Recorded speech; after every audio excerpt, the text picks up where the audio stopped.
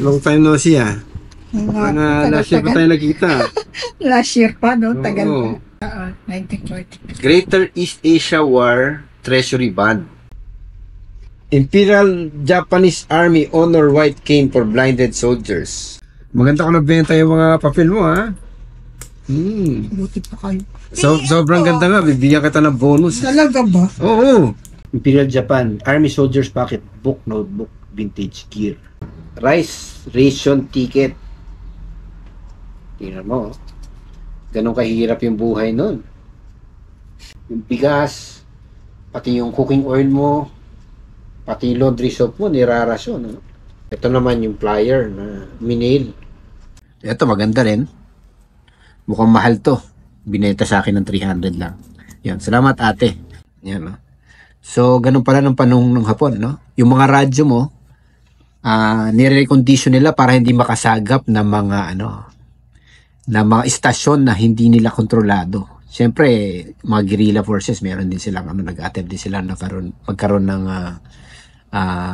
radio frequency, di ba?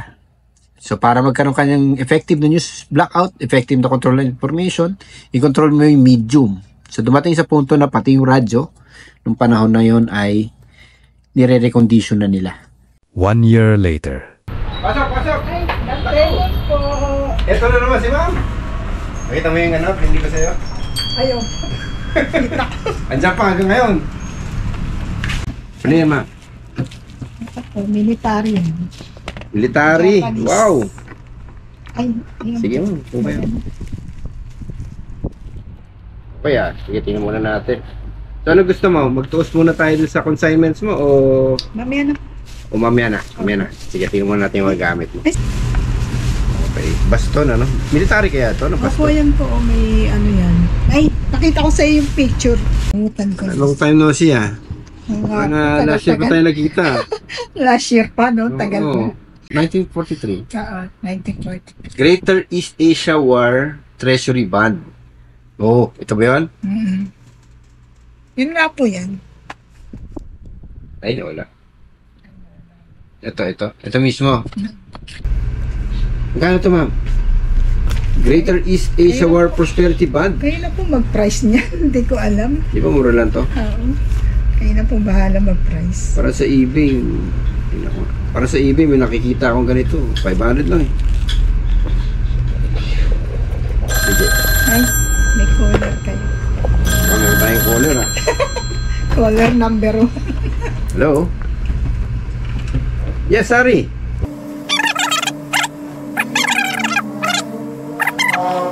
Sige, mamaya pag-usapan natin. Yan, meron lang akong seller dito. Okay, bye-bye. Okay. Nasa tayo? Ito. Ayan. Sige. Ito na ma'am, ano to ma'am? Yan po ay ito. Imperial. Ay, sorry. Imperial Japanese Army Honor White Cane for Blinded Soldiers. Oh. Para sa bulag pala to eh. For blinded soldiers. Galing ah. So merong agila, gumagamit din pala yung agila na yung simbolo ng agila yung Japanese. Yeah. Agila ba to? Okay, mukhang agila. Ayan, okay. Sige. Kano to, ma'am? Ako po si Angelo Bernardo. Welcome sa Dekada Collectible Show. Season 2. Bili, benta, appraisal, kwentuhan at pasyal. Coins, paper money, vinyl records, collectibles, memorabilia at antiques. Di lang pang pawn stars at pang pickers, pang appraisals at auction services pa. Tara, kwentuhan tayo. Ayan po yung price, sir. 25,000 doon sa dati mong yung shop. Oh. Ano nga pala pangalan ng dati yung shop? Nakakalimutan. Yamasawa po. Yun, Yamasawa.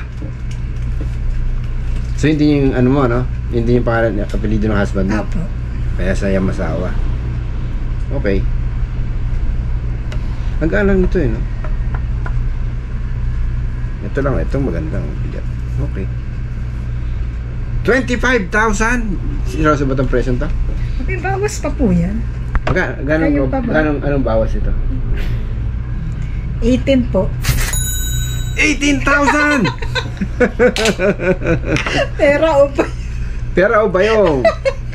Oy, maganda Next time po, ha? Maganda ko nabenta yung mga papel mo, ha? Buti pa kayo. Sobrang ganda nga, bibigyan kita ng bonus. Talaga ba? Oo. Mamaya. Nabibenta siya pa isa-isa. Ngayon, pero may binili na ako sa inyo, di ba? Dapat consignment lahat yan. Oo. May binili ako sa inyo last time. Akaning. Sir, yung map, may ano na? Yung map, nabili ko na sa inyo isa. Hindi, dalawa pa yung naiwanan. Nandiyan pa. Nandyan pa. Yung iba, kinonsignment, di ba? Pero binili ko na rin yung later, yung dalawang official document of the Japanese military admin in 2 pieces na libro, no? Yung nga, yung isang kinonsign mo na World War II map, nabenta ko. Binili ko na pala. Okay. Tapos yung mga medal na kinonsign mo, binili ko na rin sa presyo mo. Tapos yung dalawang notebook. Yung yung army, book, military yun? Ano ba tawag doon? Yan nga po, military notebook nga po tawag. Military notebook ba yun? Po. Yun. Kung ano man tawag doon. Oo. Tapos yung libro mo na Addresses before the Assembly of the Greater Asia Pacific. Pinili ko na rin na. Pati yung off-limits poster. Ayun na. Yan. So, dami ko na rin pala napili sa'yo, no? Bukod dun sa, Ayun. Sige. Patingin nung niya, yung receiving natin. Tsaka lahat nung niya, lahat ng magazines. Yan. So dito, binayaran na kita din sa isang map. May naiwan pa pong dalawa. Nandun na sa akin din yun. Pero, yan. Ito pa yung additional, yung ano. Tapos sold ba? Dami rin nabibenta. Japanese Navy commercial plate. Sa akin to. Ayan, 28 pieces na World War II map. Sige, sold 8 pieces. Okay, bilangin natin ngayon yung natira. Tapos kung ano yung kulang dyan, ibig sabihin, bibiling ko na yan. Tingnan ko lang kung may presyo. Buburahin ko yung presyo ko. Ayan, yung may presyo pa. Ayan, baka gusto nyo bilhin, no? Bilhin nyo kay madam, Ano to? Japanese na World War II, 1939 na Manchurian Incident na commemorative plate. Mura lang to. Mura lang. 2.5 lang. 2.5. Bilhin nyo 2.5. Ako nabibili ng 2.5. 2.5 ba benta mo nito? 2.5 ako, bigay ko sa inyo yan. 2.5 ba binigay mo sa akin? Oo. Ako. Nasaan dito nakalagay?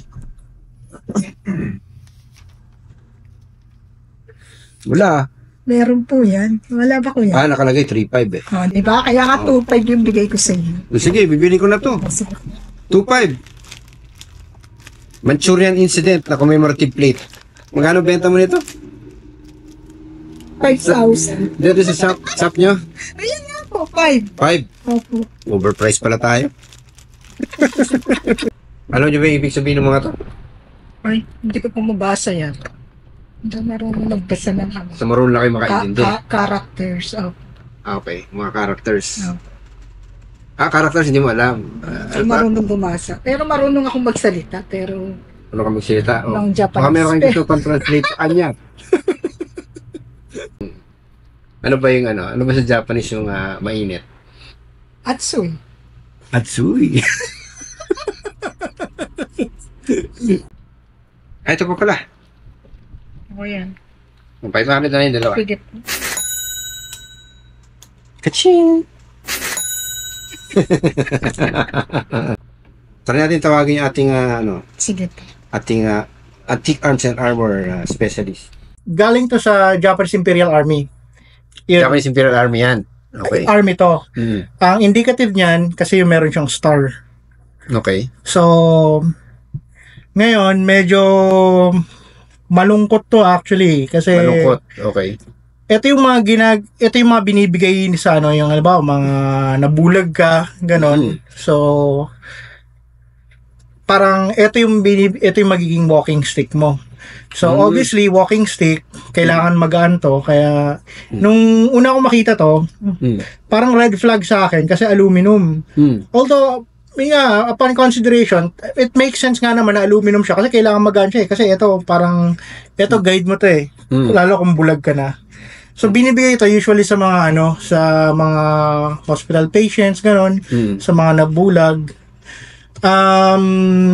Upon closer inspection, yun nga, una parang red flag sa akin, pero yun nga, nagkanda ko ng konting research and legit nga.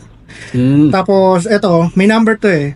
1274, yan yung pinaka serial number niya. Okay. So kumbaga parang ito yung mga binibigay sa mga veterans. Even during the war, halimbawa injured ka tapos unfortunately nabulag ka, parang ito parang commemoration sa iyo to, parang i-represent sa iyo to, may case. Unfortunately, unfortunately wala nang case to, which is fine kasi considering na hindi rin naman ganun, kumbaga parang medyo obscure to eh.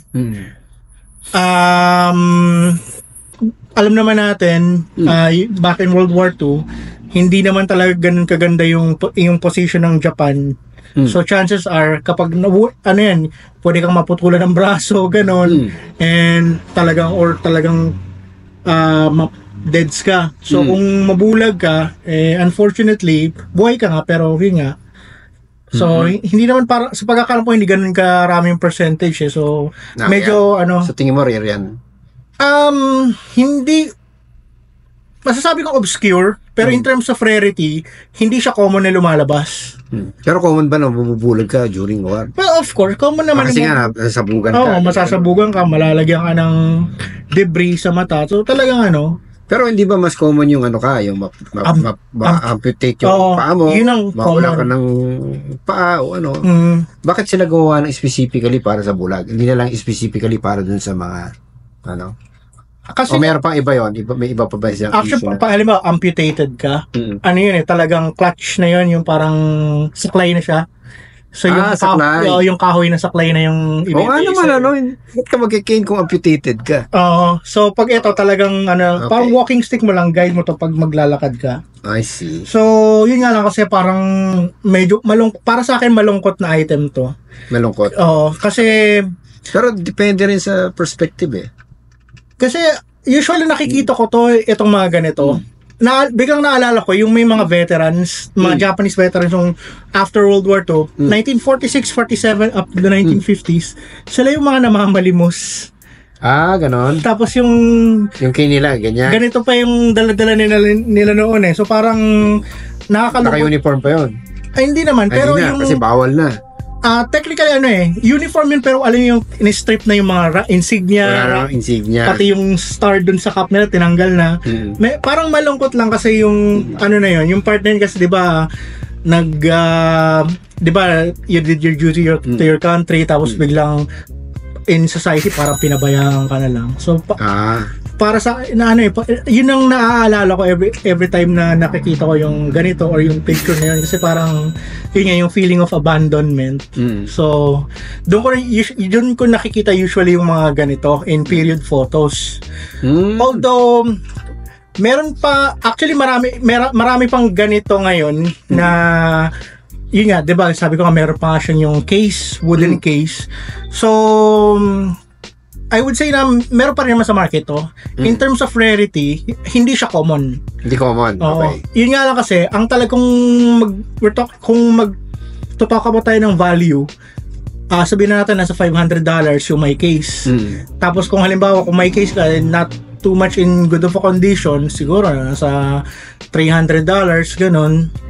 So, kung as is, siguro pwede naman mga 15, 18K. Ang value? Local market.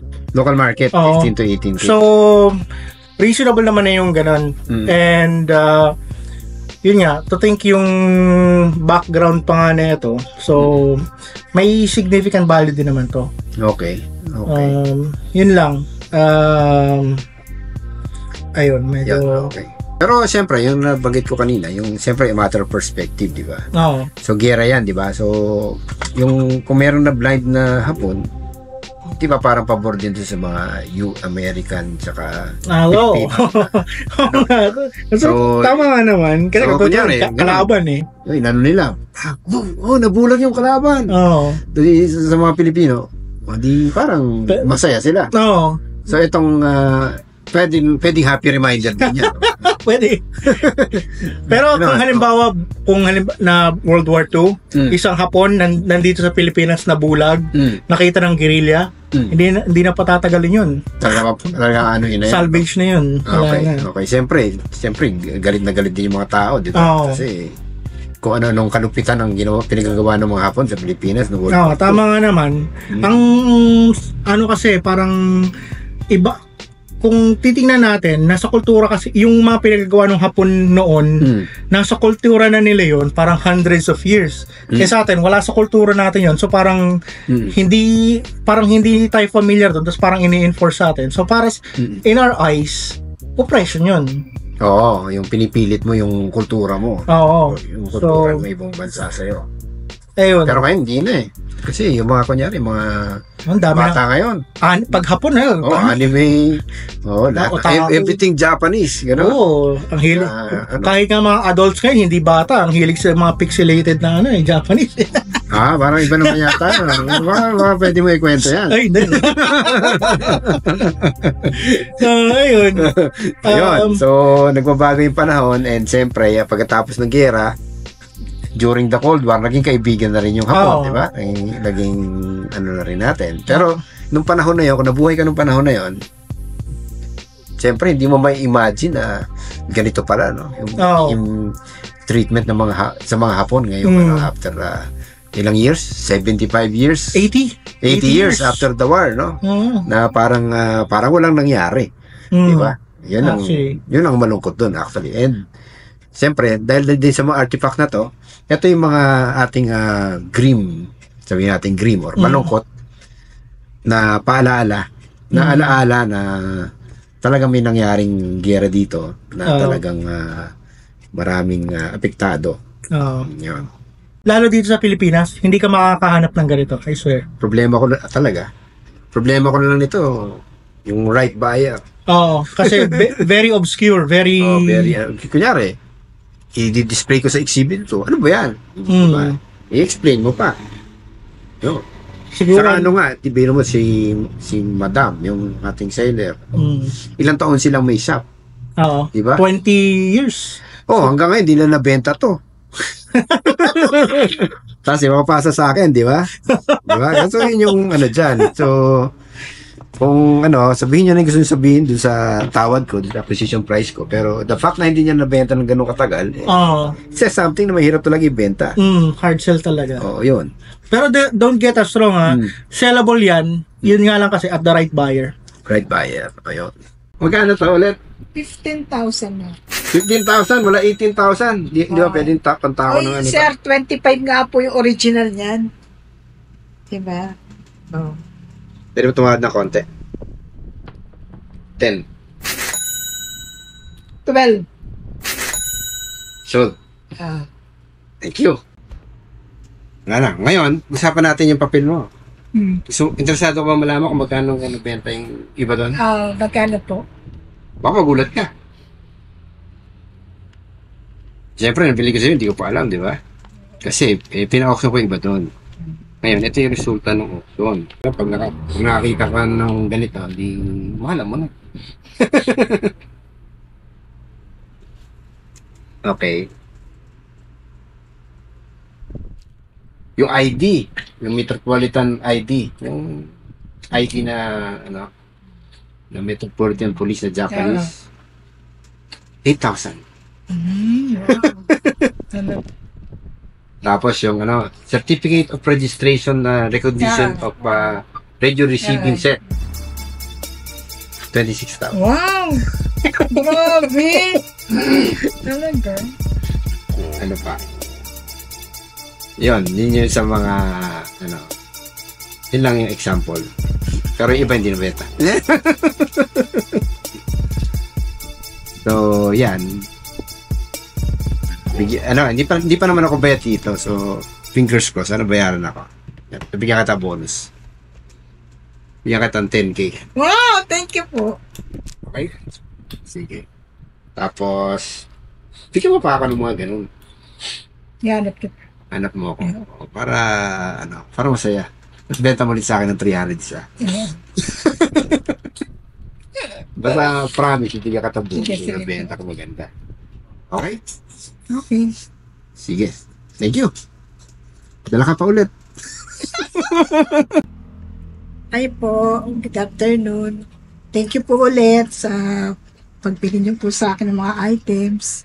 Sa susunod po ulit,